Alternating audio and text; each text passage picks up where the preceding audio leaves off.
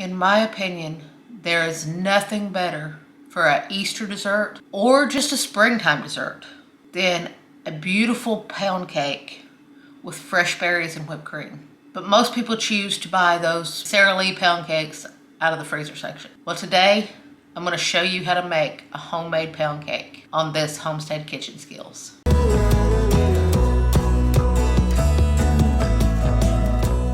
Hey friends, this is Angela from Art of Creation Homestead again, and I'm back at you with another Homestead kitchen skills. And this one kind of is also what to do with all those eggs. If you remember that from last year, if you were here around this time last year. Like I said, I'm going to teach you how to make a homemade pound cake. Now, there's several things that I need to tell you before we get started with this. There's several tricks of the trade that is going to make this phenomenal. And they're very weird little things, but it's going to work.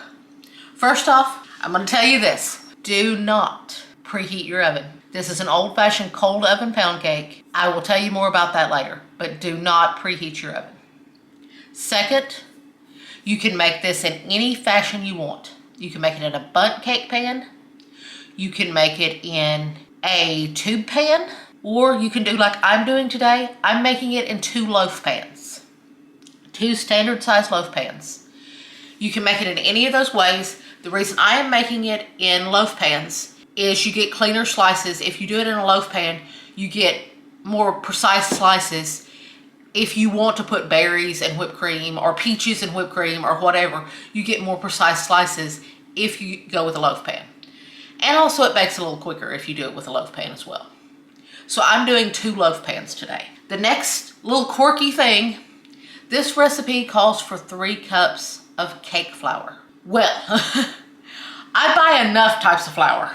I buy bread flour, I buy all-purpose flour, I buy whole wheat flour.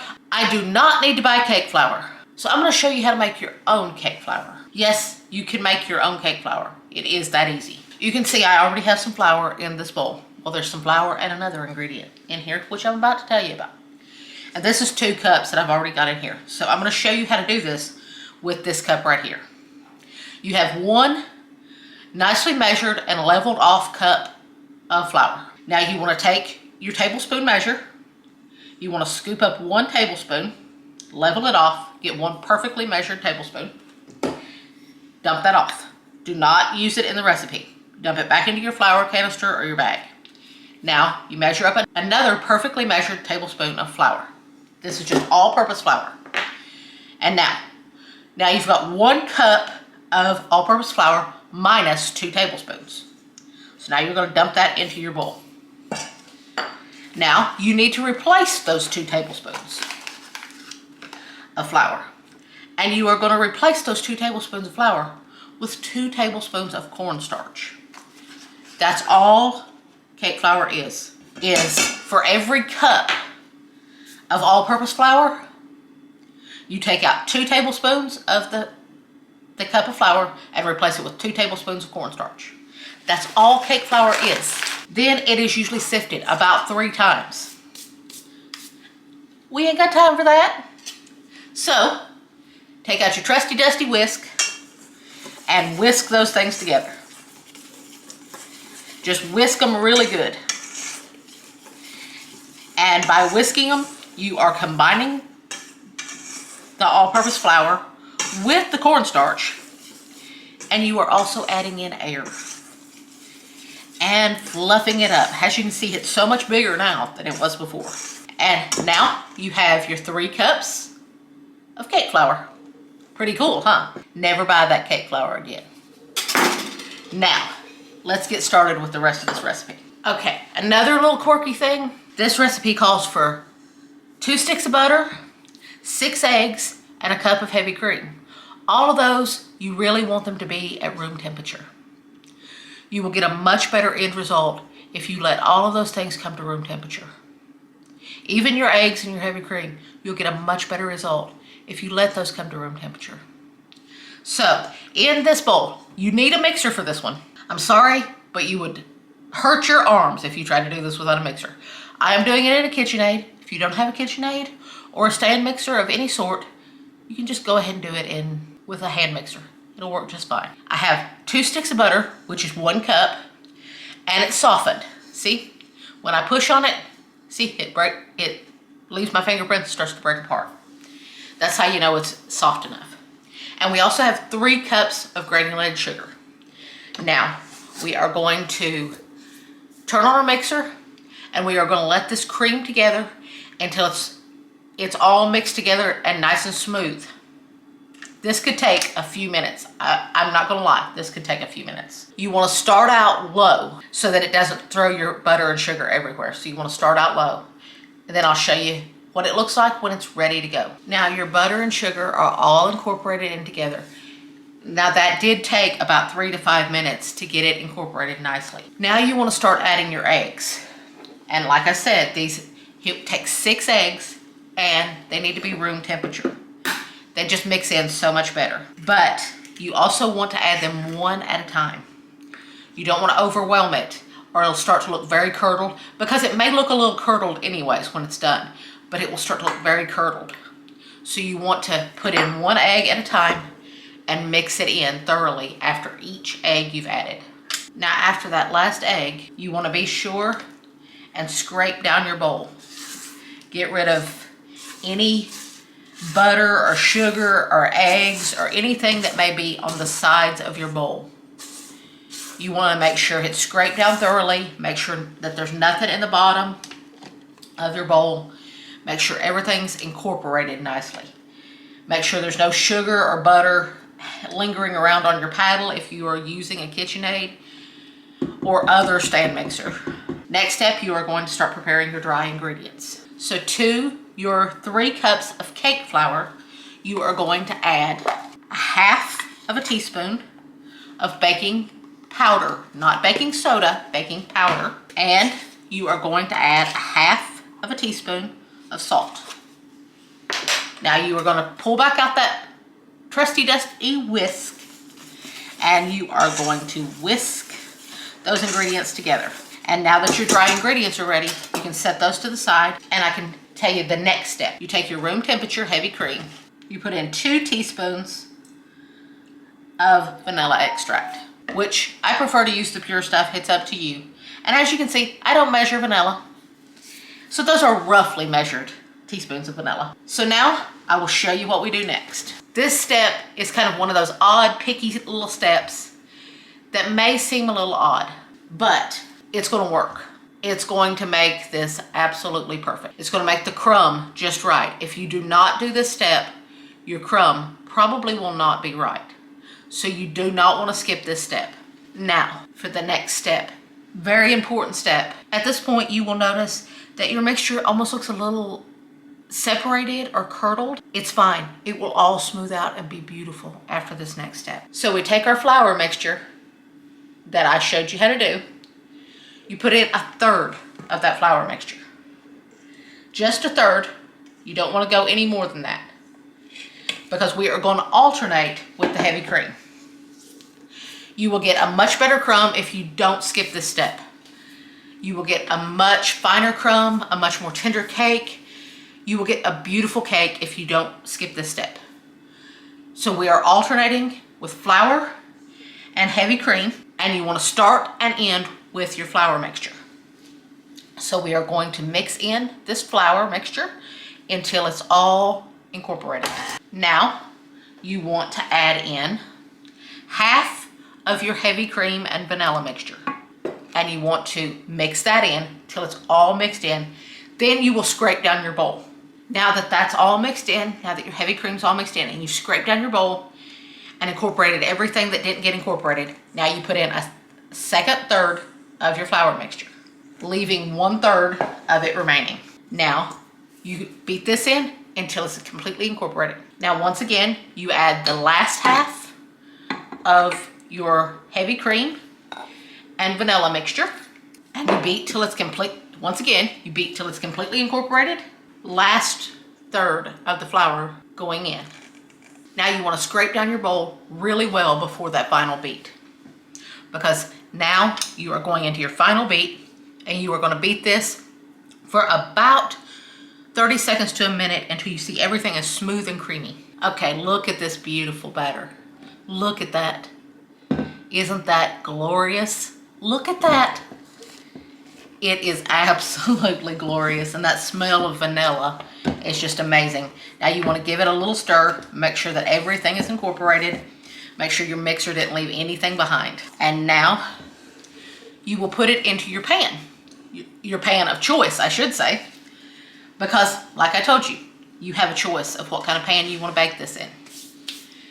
I am choosing to do 2 loaf pans, and I told you why. Now, also, if you do a bundt pan or a tube pan, you want to grease and flour very, very well. You want to butter it up really good and flour it. Otherwise, it's going to stick and tear up. With loaf pans, this is probably another advantage to loaf pans. With loaf pans, I've just lined my loaf pans with parchment paper to help me get it out easier. Now you just want to grease up your parchment paper, either with butter, cooking spray, or however you like to grease things up. Now we are going to evenly divide our batter between our 2 loaf pans, or just dump it into your tube pan or bundt pan. It is very impressive, has a bundt cake. If you can get it to come out clean, it is a very impressive cake. But if you are going to use this for berries and whipped cream or anything of that nature, or peaches and whipped cream, which may be what I do, because if you guys know us, we have a lot of frozen peaches from our visit to the peach truck every year.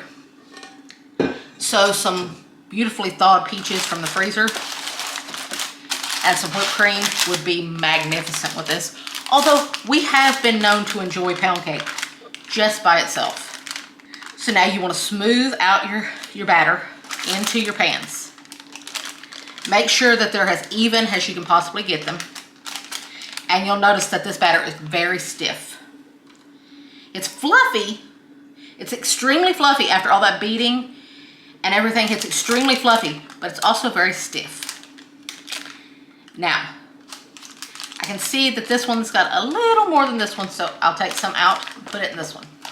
No harm done. Now, these are going to go into your cold oven. I told you I'd tell you more about that. Cold oven pound cake is an old Southern thing. And the reason you do cold oven, you will get a much higher rise on a cold, if you put this in a cold oven and then turn your oven on and let your cake slowly heat up. As your oven heats up, you will get a much better rise on your cake. If you preheat your oven, your cake won't rise as good. It won't be as tall and as fluffy and as beautiful. So you want to go cold oven. Put these pans or your tube pan or bundt pan in a cold oven. Then, once they are in the oven, turn on your light. Turn your oven to 350 degrees. Bake them until they are golden brown, and a toothpick inserted in the center comes out with moist crumbs, not wet batter, not clean, but moist crumbs. Then you will take them out, and I will show you what they look like when they are ready. These beauties are out of the oven, and look at them. They look gorgeous, and they smell absolutely amazing. Because I did it in loaf pans, these baked for about an hour and 5 minutes.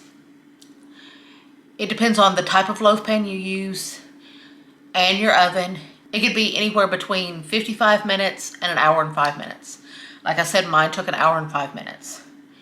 If you are using a tube pan or a bundt pan, that could take anywhere between an hour and 15 minutes to an hour and 30 minutes.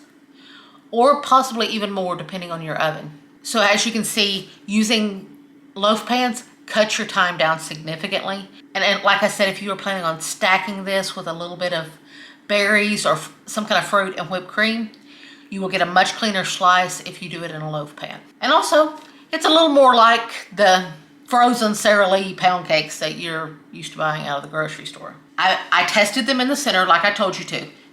You do not want to wait until your toothpick comes out clean. If you wait until your toothpick comes out clean, your cakes are going to be overbaked because carryover cook is going to set in, and the heat from the pan and the heat from the cake are going to finish baking your cake. And if you wait until the toothpick comes out clean, then it's perfectly baked and it's going to be overcooked and dry. by the time carryover cook sets in and everything gets done, it's going to be overcooked and dry.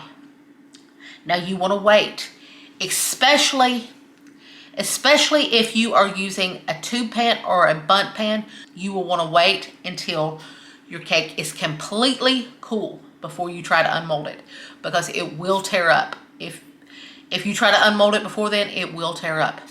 In loaf pans, you can pull it out a little sooner because of the parchment paper. You can use it as a sling, pull it out a little sooner, but I would still recommend leaving it in the pan until it's most of the way cool, until you can at least put your hand on it and put your hand on the pan, and they both feel cool to the touch, but they can be a tiny bit warm, but enough that you can handle them.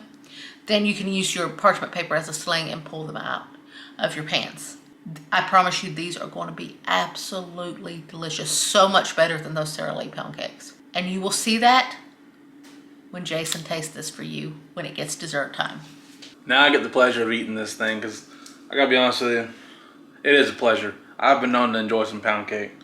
Look at this beautiful slice. Right there. Nice. Beautiful crust. Man.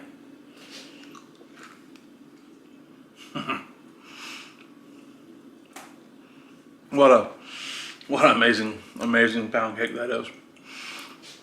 I mean, you got Sara Lee, then you got Angela Kay. I think Sara Lee's down here and Angela Kay's up here a little bit. You know, that's a heck of a pound cake. It's amazing. Obviously, she knows what she's doing.